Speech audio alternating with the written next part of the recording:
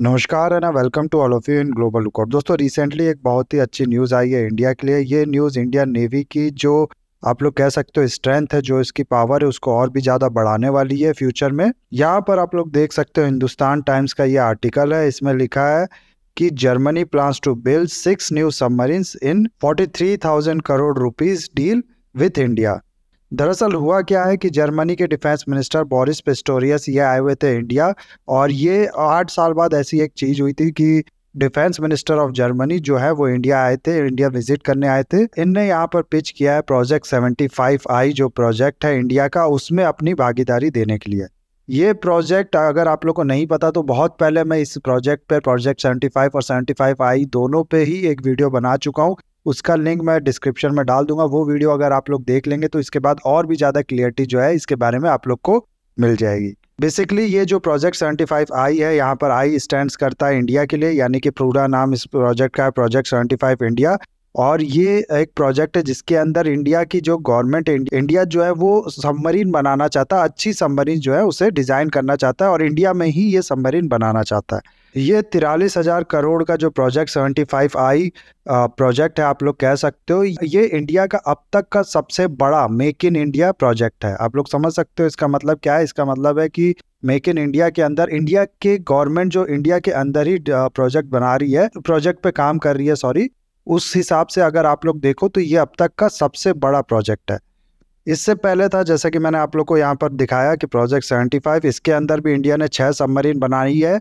और ये जो 6 सबमरीन है ये बनाई है फ्रांस के साथ कोलैबोरेट करके। इन 6 सबमरीन्स का नाम क्या है? कॉलवेरी, कंदेरी, करंज और वेला, वजीर और वागशीर। ये 6 सबमरीन है जो प्रोजेक्ट 75 के अंदर बनाई गई है। ये 6 सबमरीन स्कॉर्पियन क्लास सबमरीन है, यानी कि फ्रांस का एक अलग क्लास है सबमरीन का, जिसको स्कॉर्पियन क्लास सबमरीन कहते हैं।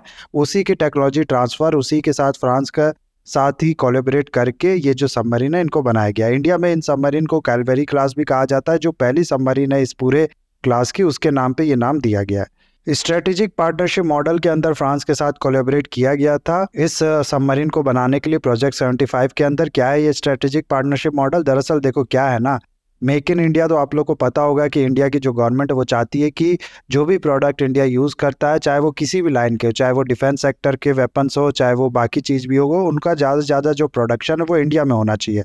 ठीक है। अब ये स्ट्रेटेजिक पार्टनरशिप मॉडल क्या है कि ये जो वेपन्स इंडिया परचेज करता है उसके लिए है। आपको पता होगा इंडिया जो है वो बहुत बड़ा इंपोर्टर है, सबसे बड़ा इंपोर्टर है वेपन्स का। तो इसमें भी इंडिया चाहता है कि ये जो वेपन्स इंडिया इंपोर्ट करता है इसको कम करे, इंडिया में मैन्युफैक्चरिंग करे, जिसका जो वेपन्स हम लोग इस्तेमाल करें, और साथ ही साथ इसको एक्सपोर्ट भी करें।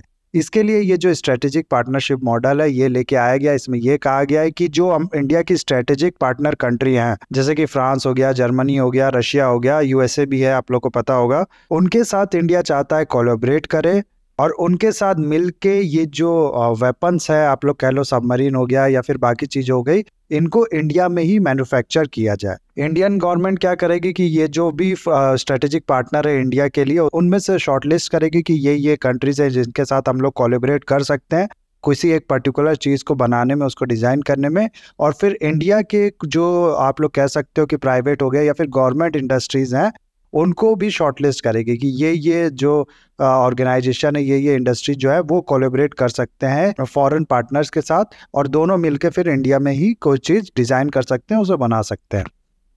ऐसे ही प्रोजेक्ट 75 जो था उसमें फ्रांस के साथ इंडिया के ने कोलैबोरेट किया था, और जो प्रोजेक्ट 75 है उसमें यहाँ पर ये फॉरेन कंटेंडर्स थे अब तक इंडिया के पास, आप लोग देख सकते हो, इन सबको शॉर्टलिस्ट किया गया था, जिसमें से फ्रांस जो है उसने विड्रॉ कर लिया प्रोजेक्ट 75I के अंदर। इसका कहना था कि ये जो प्रोजेक्ट है इसमें फ्लेक्सिबिलिटी कम है। फिर जर्मनी भी यहाँ आप लोग को मिलेगा। दरअसल आप लोग को बता दूं कि 2021 में जर्मनी भी इस चीज़ से विड्रॉ कर दिया था, और यही जो फ्रांस ने रीज़न दिए थे वही ऑलमोस्ट जर्मनी ने भी रीजन दिए थे। इन लोग का ये कहना था कि मान लो ये जो प्रोजेक्ट है इसमें कौन लोकल कंटेंटर होगा, यानी जो इंडिया की तरफ से कौन से ऑर्गेनाइजेशन, कौन से इंडस्ट्रीज पार्टनरशिप करेगी फॉरेन कंटेंटर के साथ, वो डिसाइड कौन करेगा? वो करेगा इंडिया की गवर्नमेंट। और इंडिया की गवर्नमेंट ये डिसाइड करेगी, ये सब कुछ डिसीजन इंडिया की गवर्नमेंट लेगी, लेकिन जो पूरी लायबिलिटी होगी, पूरा आप लोग एक तरीके से कह सकते हो कि जिम्मेदारी का जो श्रेय लेगा वो लेगा कौन? Foreign contenders. यानी कि इन जर्मनी अगर इस चीज में चूज करता तो जर्मनी लेता, तो इनका कहना था कि सारी जो रिस्पॉन्सिबिलिटी है वो है हमारे पास, लेकिन हमारे पास डिसीजन मेकिंग पावर बिल्कुल भी नहीं है। इसीलिए ये जो प्रोजेक्ट है ये एक तरीके से बहुत हद तक लैक ऑफ फ्लेक्सिबिलिटी है इसके अंदर। और एक आप लोग कह सकते हो कि इनका कहना था कि ऐसे नहीं चल पाएगा, हम लोग को और डिसीजन मेकिंग पावर दो, एटलीस्ट हमको डिसाइड करने दो कि हम लोग इंडिया में किसके साथ कोलेबरेट करना चाहते हैं। और भी बहुत से रीजन दिए थे, सिर्फ यही रीजन नहीं था। जो टेक्नोलॉजी इंडिया डिमांड कर रहा था वो भी एक बड़ा रीजन था। बहुत सी कंट्रीज वो देना नहीं चाहती थी, और उसके अलावा अल्टरनेटिव टेक्नोलॉजी जो है वो देना चाह रही थी कंट्री कि वो ले लो, लेकिन ये नहीं देना चाह रही थी। फिर प्राइस, और उस प्राइस में जो टेक्नोलॉजी इंडिया डिमांड कर रहा था वो भी एक इश्यूज था। बहुत से इश्यूज थे, एक दो इश्यूज नहीं थे। मेजर जो इश्यूज था वो लैक ऑफ फ्लेक्सिबिलिटी का ही था, जो मैंने आप लोग को पूरा बता दिया कि डिसीजन सारा इंडिया की गवर्नमेंट को लेना था, और जो लायबिलिटी थी वो इन पार्टनर्स की होती। इसीलिए जर्मनी ने एक बार विड्रॉ कर लिया था, लेकिन इसी साल दोबारा ज्वाइन किया है। और ये जो जर्मनी के, मैं कह सकता हूँ कि डिफेंस मिनिस्टर इंडिया में आए हैं। हालांकि इंडिया की गवर्नमेंट से कोई ऑफिशियल स्टेटमेंट अभी तक इसके लिए नहीं आया है, लेकिन उसके बाद भी ये जो डिफेंस मिनिस्टर है जर्मनी के, इनने प्रेस ब्रीफिंग में इस तरीके के इशारे दिए हैं, इस तरीके की चीज़ें कही हैं कि ये जो प्रोजेक्ट है ऑलमोस्ट जर्मनी इसके लिए इंडिया के साथ पार्टनरशिप करने वाला है।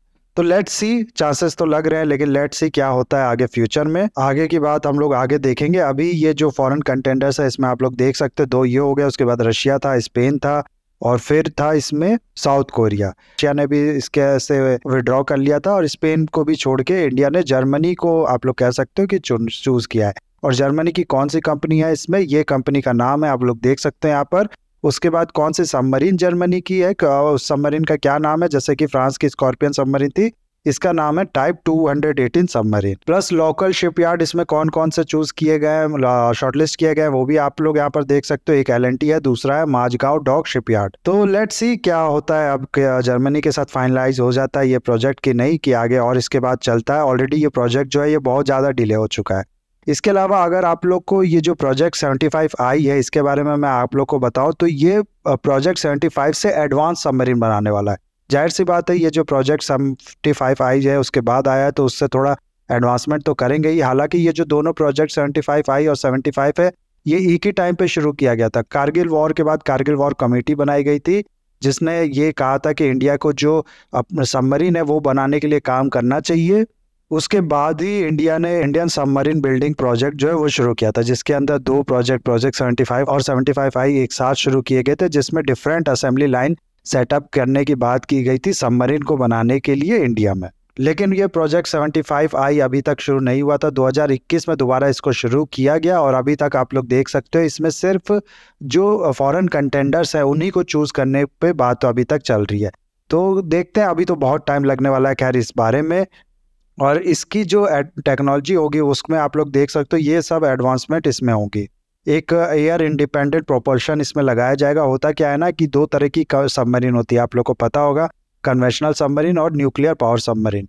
न्यूक्लियर सबमरीन में क्या होता है कि ये जो सबमरीन होती है ये ज़्यादा टाइम तक पानी के अंदर रह पाती हैं, इन्हें बार बार ऊपर आने की ज़रूरत नहीं पड़ती है। और जो कन्वेंशनल सबमरीन होती है बहुत कम टाइम तक पानी के अंदर रह पाती है, इनको एक बार हर दो दिन बाद आप लोग कह सकते हो 2 दिन का इनका एवरेज टाइम होता है, वो पानी के अंदर रह पाती हैं, और 2 दिन बाद इनको ऊपर आना पड़ता है अपना आप लोग कह सकते हो जो एयर है वो लेने के लिए।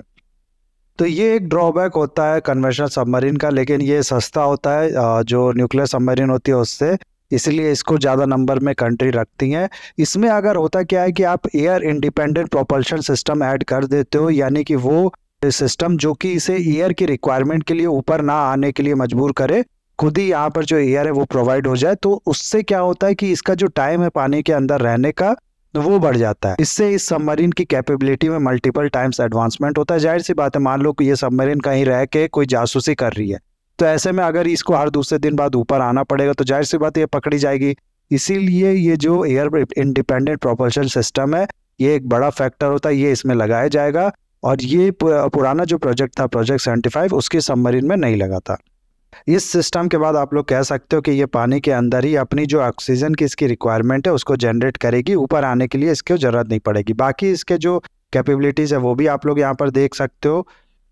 ISR ऑपरेशन, ये बेसिकली आप लोग वही जो मैंने बताया ना कि जासूसी से रिलेटेड जो ऑपरेशन होते हैं उसको कहा जाता है। फिर special anti submarine warfare operation, आप लोग कह सकते हो कि एंटी सरफेस वॉरफेयर हो गया, लैंड अटैक कैपेबिलिटीज़ इसके अंदर है, और इसके अलावा बहुत सी ऐसी कैपेबिलिटीज़ जो इसके अंदर हैं जो प्रोजेक्ट 75 के अंदर नहीं थी। 43,000 करोड़ का ये टोटल प्रोजेक्ट होने वाला है, यानी कि USD 5.4 बिलियन का ये प्रोजेक्ट होने वाला है, जिसके बारे में जैसा कि मैंने आप लोग को बताया अब तक का ये मेक इन इंडिया का सबसे बड़ा प्रोजेक्ट है। 45% इसमें जो कंटेंट है वो शुरुआत के सबमरीन, ऐसा बताया जा रहा है कि इंडिजीनियस होने वाला है, और उसके बाद इसको बढ़ाते बढ़ाते जो आखिरी की सबमरीन है उसमें 60% तक लेके जाया जाएगा इसी क्लास की। 45% इसमें जो कंटेंट है वो इंडिजीनियस होने वाला है शुरुआत के सबमरीन में, जिसको बढ़ाते बढ़ाते बाकी 5 सबमरीन में एंड की जो सबमरीन है उस तक ले जाते जाते 60% तक किया जाएगा। तो ये जो मैंने आप लोग को बताया कि ये जो प्रोजेक्ट है ये ऑलरेडी बहुत ज़्यादा डिले हो चुका है, तो ये एक बड़ा चीज़ है जिसमें इंडिया को सुधार करने की ज़रूरत है। आज भी अगर हम लोग ये सबमरीन इस पर काम शुरू कर देते हैं तो अगले 10 साल लग जाएगा इसकी जो पहली सबमरीन है वो इंडियन नेवी में कमीशन होने में। तो आप लोग देख सकते हो कि ये जो प्रोजेक्ट्स हैं ये कितना ज़्यादा टाइम ले रहे हैं। 1998 से कह सकते हो आप लोग ये जो प्रोजेक्ट है इस पर काम तो नहीं होना शुरू हुआ, लेकिन बात होनी शुरू हुई 1998 से। आज 2023 हो गया और 2035 तक आप लोग कह लो हम लोग को पहली सबमरीन नहीं मिलने वाली है इसकी। तो कितना गैप हो गया आप लोग देख सकते हो। उसको 40 साल लग गए इंडिया को एक सबमरीन बनाने में एक प्रोजेक्ट के अंदर। तो ये वाकई में एक सुधार करने वाला एरिया है, लेकिन यहाँ पर प्लस पॉइंट ये है कि इंडिया के फ्रांस के साथ, जर्मनी के साथ, फिर USA के साथ भी है, रशिया के साथ तो बहुत ज़्यादा है। जो डाइवर्सिफिकेशन हम लोग का क्रिएट हो रहा है अलग अलग कंट्रीज़ के साथ डिफेंस अलायंस में, आप लोग कह सकते हो ये स्ट्रेटेजिक पार्टनरशिप आप लोग कह सकते हो, या वेपन के लिए जो भी चीज़ है उसमें जो अलायंस क्रिएट हो रहा है ये एक बहुत ही ज़्यादा प्लस फैक्टर है। इससे इंडिया जो है वो किसी एक पर्टिकुलर कंट्री पे डिपेंड नहीं होगा।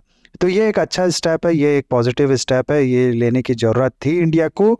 इससे कल को क्या होगा कि इंडिया एक अच्छी डील जो है वो नेगोशिएट कर पाएगा। तो ये था पूरा video guys. I hope video आपको अच्छा लगा होगा। इसे लाइक, कमेंट, शेयर, सब्सक्राइब जरूर कीजिएगा। That's all, have a nice day, take care.